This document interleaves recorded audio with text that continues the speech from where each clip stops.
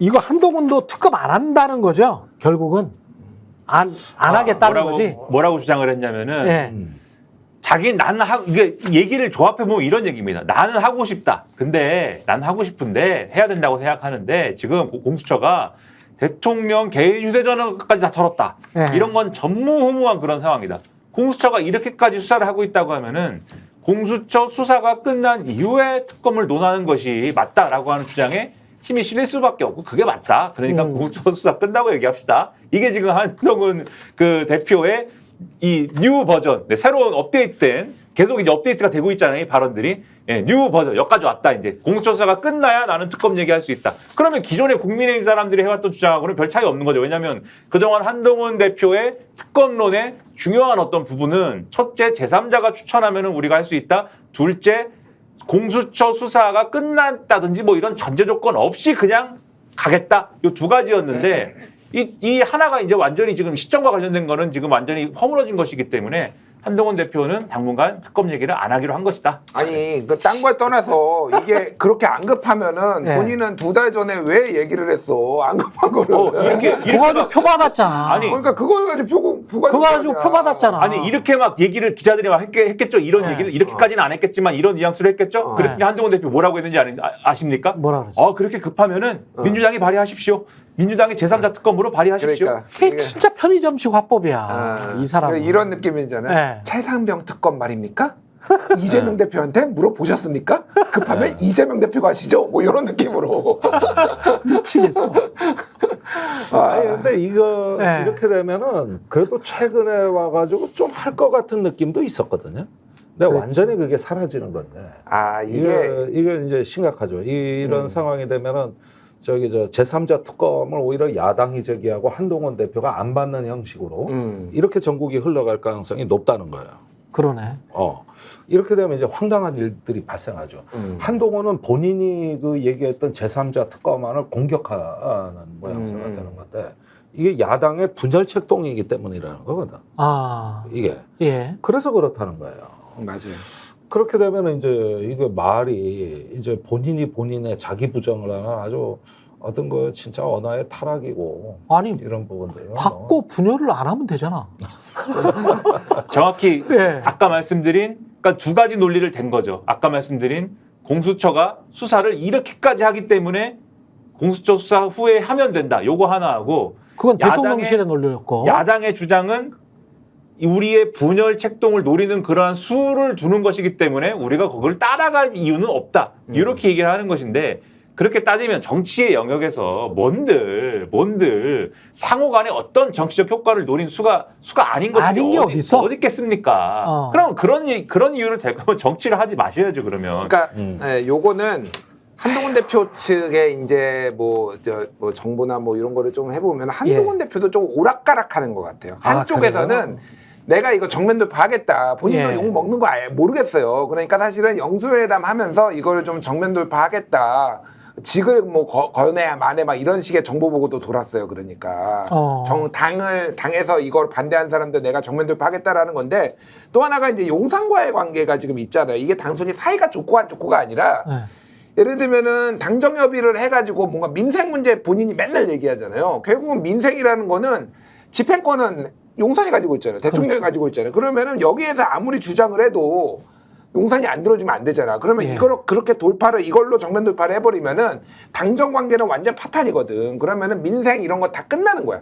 그러니까 여기에서 본인도 오락가락 하는 것 같고 어저께 그래서 그 SBS가 보도를 한 게 한동훈이 의료 의대 증원하는 거 한 달만, 그러니까 1년만 늦춰달라? 1년인가 2년인가 늦춰달라고 하니까. 정확하게는 올해는 확정됐으니까 어쩔 수 없이 가고 내년에도 증원해야 되지 않습니까? 그러면 내년에 증원하는 거는 다시 논의하자. 요거는 그러니까. 의료계하고 원래 윤석열 대통령 입장은 의료계가 합의해오면 내가 그걸 고려해 볼게 이거였잖아요. 그러지 말고 다시 논의하자. 요거를 제안했다가 퇴짜 맞았다. 그러니까 이게 뭐냐면은 그러니까 한동훈 입장에서는 이런 중재자로 뭔가 해결사 역할을 하고 싶은 거예요, 사실. 그 욕심도 큰 거예요.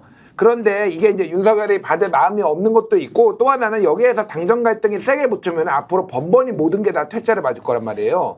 그러니까 이게 본인도 얘기를 들어보면 좀 오락가락한다 이게 그런 상황인 것 같아요 지금. 그래서 그 대표회담도 열리기 쉽지 않겠다. 민주당이 뭐 반바지 대표라고 얘기를 하는데 뭐 지금 자기가 그 결정권도 없는 사람하고 굳이 만나야 될 이유가 있어? 뭐 이런 기류가 좀 커진 것 같아요. 민주당. 아니 그 저도 예전부터 그렇게 얘기했는데 만날 필요 없다는 거예요. 아니 재량권이 있어야 만나가지고 협의의 여지가 생기지. 그치. 없다니까 그게. 거기에 가지고 한동훈을 왜 멍석 깔아주냐는 거예요, 내 얘기는. 그렇기는 해. 거기에다가 지금 저기 한동훈 대표 같은 경우는 민감한 사안에 대해 가지고 지금 전부 침묵 모드입니다. 뭐 친일 인사 논란이라든가, 그렇지. 김건희 디올백이라든가, 광복절에 반국가 세력 언급이라든가 이런데 일체 입장 안 내요. 일체 입장 안 내가지고 저기 거기에다가 지금 대통령은 여당에도 거부권을 행사한 거예요. 의대 증화 문제는. 이렇게 보니까 이 지금 한동훈 대표가 처해 있는 위치라고 보면은 이게 여당 대표라고 보기에도 의심스러워요. 그러니까 이런 걸 한통속이다 이렇게만 할 게 아니라 야당 입장에서는 있어도 그만 없어도 그만인 대표 아니냐.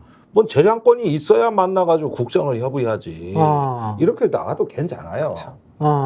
그럼 한동훈 무시 전략으로 가도 괜찮다? 아니 그러니까 뭘 가져오게 해야지. 저기 저 최혜병 특검법도 말이에요. 뭘 가져오게 해야 된다. 야당의 분열 포석이다. 이렇게 하면 말할 필요 없잖아요. 그렇지. 뭐하러 거기 가서 얘기합니까?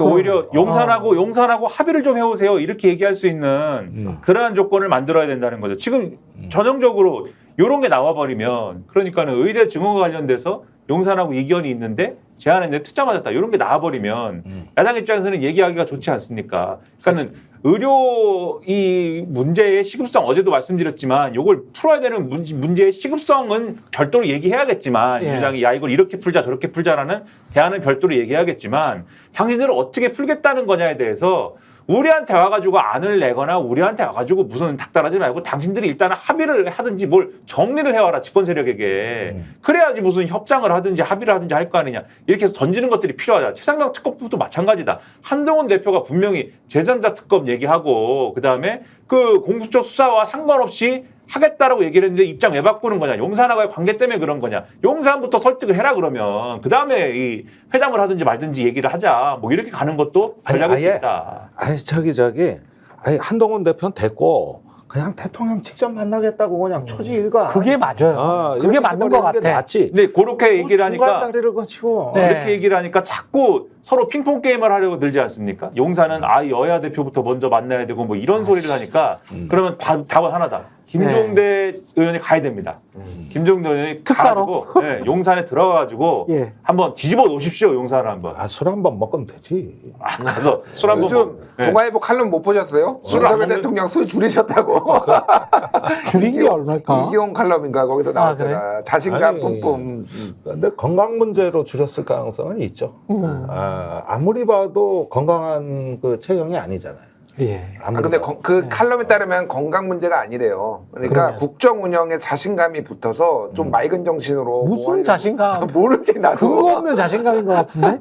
그래서 술을 자제하고 있다 요즘 그런 얘기가 있더라고. 저희가 얘기할 때 오셔가지고 라이브로 관전하시기 바랍니다. 반드시 주변 사람들 데리고 오시기 바랍니다. 구독, 좋아요, 알림 설정 해주시기 바랍니다. 좀 살려주십시오, 저 좀.